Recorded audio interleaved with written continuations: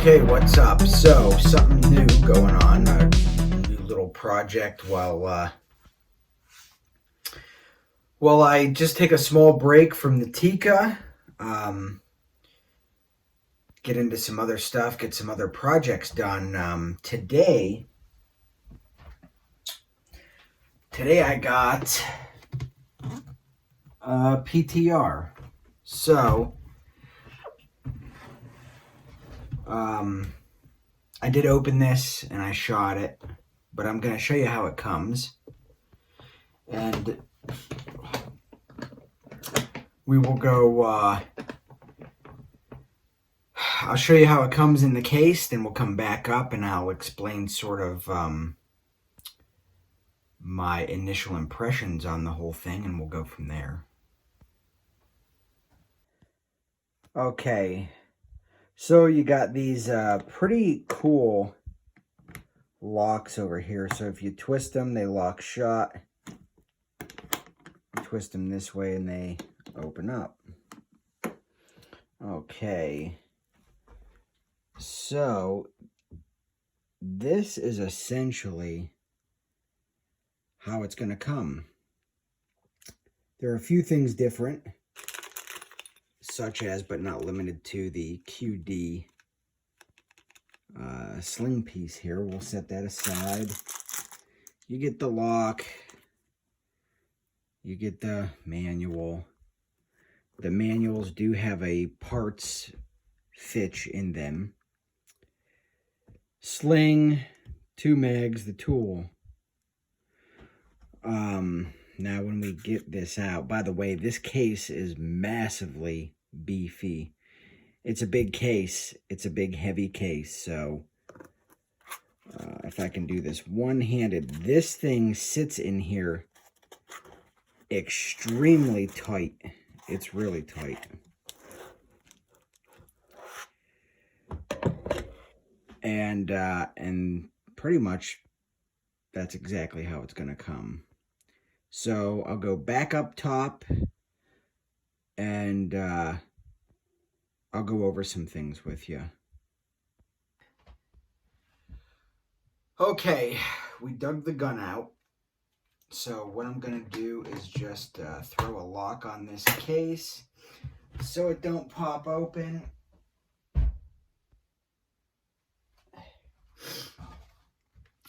We'll take this magazine out.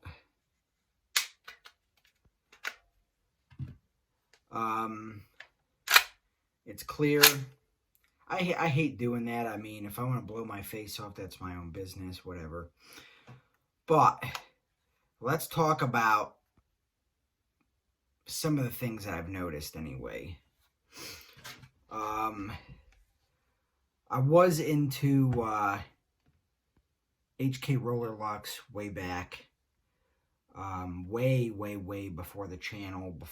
Really, to be honest with you, I don't even know if YouTube was out yet.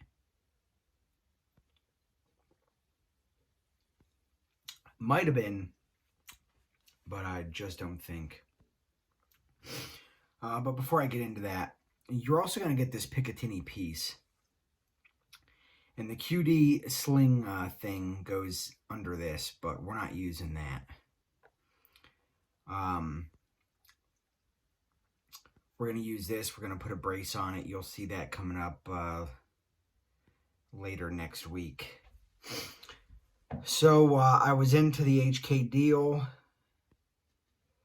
I got out of it for the more modular AR-10 because my main emphasis in the HK was the roller locked G3 I built at MSG90 way back. And but that's another story. I got this out. I cleaned it. It was completely covered in this fucked up oil. Inside, outside, it's like they just hosed it on. Cleaned the grip because it was obviously slick. They sprayed everything. With all that done, I then applied some CLP, and just as an oil to go shoot it. I don't know if I'll, to be honest with you, I can't remember if these roller locks ran better dry, wet, lightly oiled. I just can't remember. But so let's talk about right off the bat. I took it apart to clean it, took the trigger group off, trigger pack, and I noticed inside was all these metal chips, like mill chips. Like if you're into machining, there's just these really tiny shavings. That's the word I want to use. Metal shavings in the receiver, which is kind of really bummed me out. Like I was like, wow, we're not off to a good start, you know. But I wiped them all out. There is a burr, and you can see it is scratched, the bolt carrier. There's a burr somewhere in there. It's dragging and tearing up my carrier, so that kind of sucks. But I got it all cleaned of the factory oil, put some CLP in it, cycled the bolt quite a few times to spread around, if you will, the CLP. And went out and shot it. And I put 50 rounds through it so far. And I didn't have any issues, but I just hate shooting it this way. I think it's just not my style, I'll put it that way. The trigger pull on this is surprisingly good.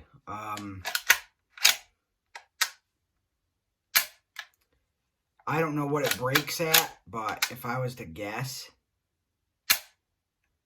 6, 7 pounds.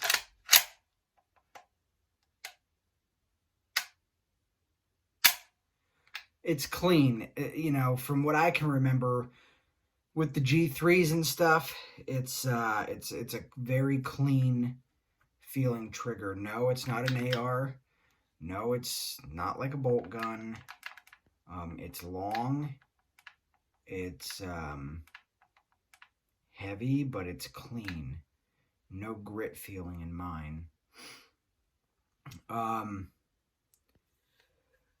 As far as the people talking about the welds and this and that and whatever, none of that matters to me.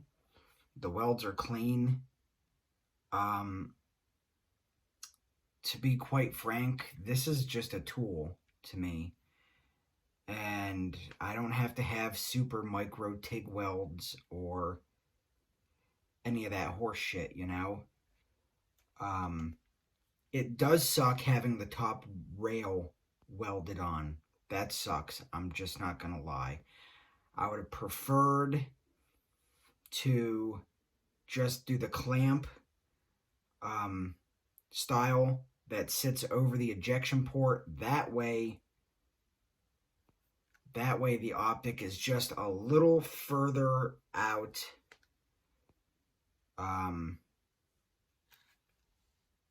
But, you know, it just is what it is. The weld, this seam right here, while it don't bother me, there is a slight burr. And I don't know if you can see that lip right there or not, but it's slightly sharp. For those of you that give it the old MP5 magwell, I would say these corners are, on mine, just a bit sharp. Okay, something else that kind of totally bummed me out was they didn't truly paint the flapper on the inside. That's kind of a bummer, to be honest with you.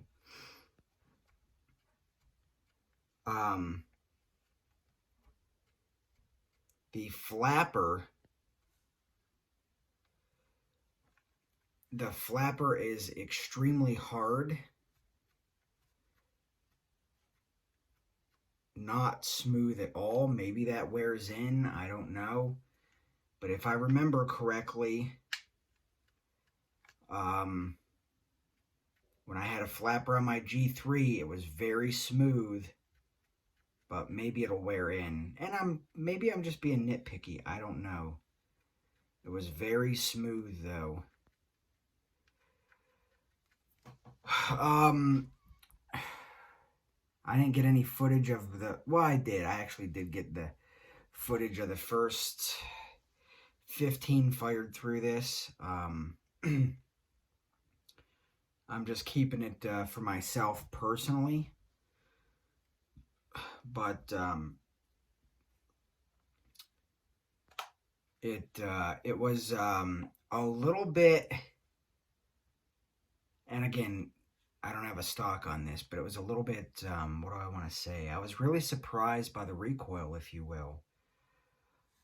The last time I shot an MP5, it was a full size, and it was a dealer sample. So I remember some semi-auto, and I remember some bursts. And from what I can remember, the recoil felt non-existent. It was punchy. It was not punchy. This is kind of punchy, and it doesn't have a stock, but it just kind of reminds me of my USC UMP conversion. Outside of that, I will say this is also an issue. When I threaded these screws into this plate, very gritty. There was a lot of grit inside the threads, and I have Loctited these in. I'm not digging them out. It is what it is, but kind of a bummer that there was grit in these threads. But not much you can do about it, you know. Outside of that, outside of having the metal shavings in here and just sort of cleaning it out, no real issues. I will say that I instantly remember the reason why I got out of roller locked weapons as soon as I started playing with this, and it looks like it's going to be a real pain to clean, to maintain. It is very smooth. That bolt runs so smooth. It's unbelievable. The ammo that I ran through it was just some American Eagle Federal 115. And nothing special. And I'm going to try, when I get the brace, I'm going to try some Federal HST and some gold dots. The magazines worked fine, but I just absolutely, I hate these plastic mags with a tremendous passion. There are no metal feed lips. There's really no reinforcement on this at all, and I just detest these magazines with a massive passion. But it is what it is. I'll get some KCI Gen 2s. Looking in here, I know that you won't be able to see this.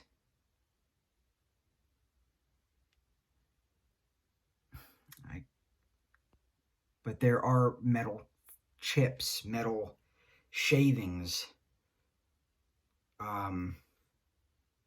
still coming out of here.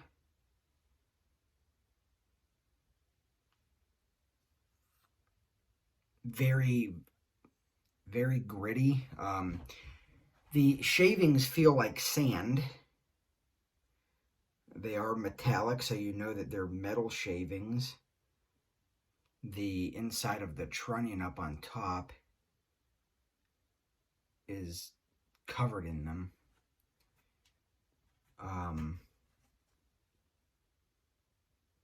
These guns are completely filthy guns, and in my opinion, an absolute nightmare to clean. But, you know, you're looking at something that was designed in the 60s. And while it is very outdated technology, it's also tried and true and a proven design. And the reason, really, to be honest with you, the whole purpose behind this weapon, what do I want to call it, platform. The reason I chose this was to put a brace on it, to then take this weapon and put it with a brace. And by the way, I ordered the brace. You'll see that. I ordered another Hollow Sun. I can't get enough of those micro red dots. And to put the brace, the optic, and 2 or 3 mags in a backpack, and there you go. You know, you can take this weapon and put it in a backpack. It's really small, easy to conceal. You can just go out and about and do what you got to do, and carry your backpack around. No one would know that you had this weapon. And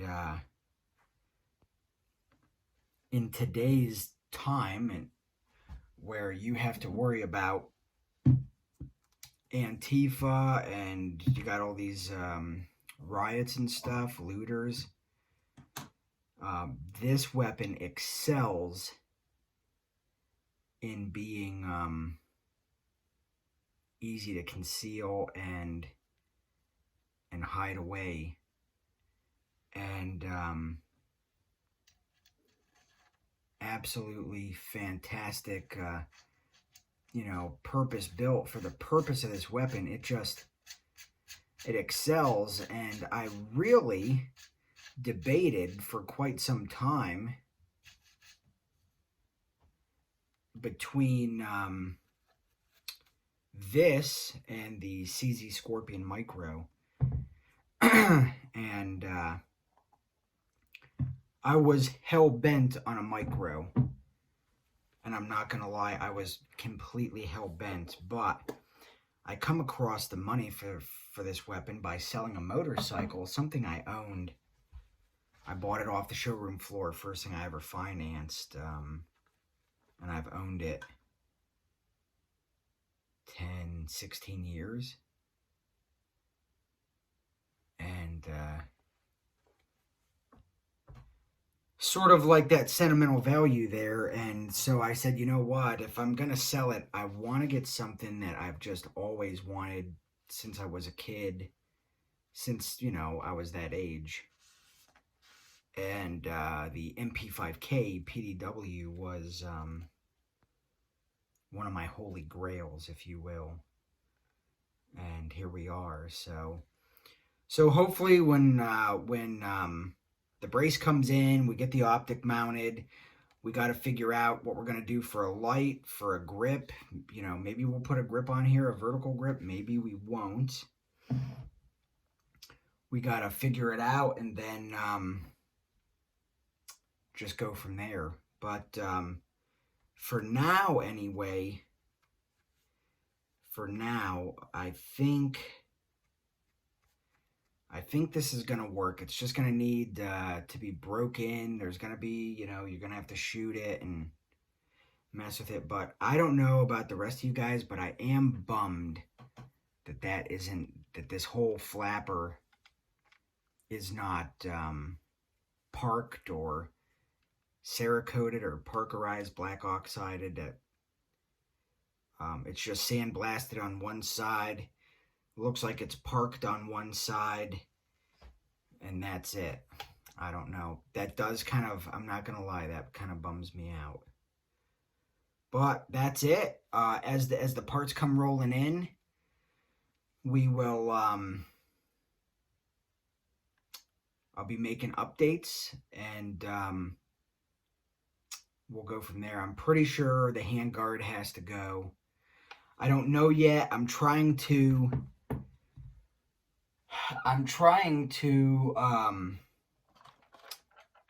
not sink a lot of money into modifying this, but you know, you also got to kind of adapt this thing to fit your intents and purposes. So I'm going to remove this hand stop for one, because I definitely won't be using that, that's for sure. So if we can get the key mod pieces to release. So that's not quite as bad, but I think the MI one is going to probably be a lot better. That feels so much better, though. You can get out there, and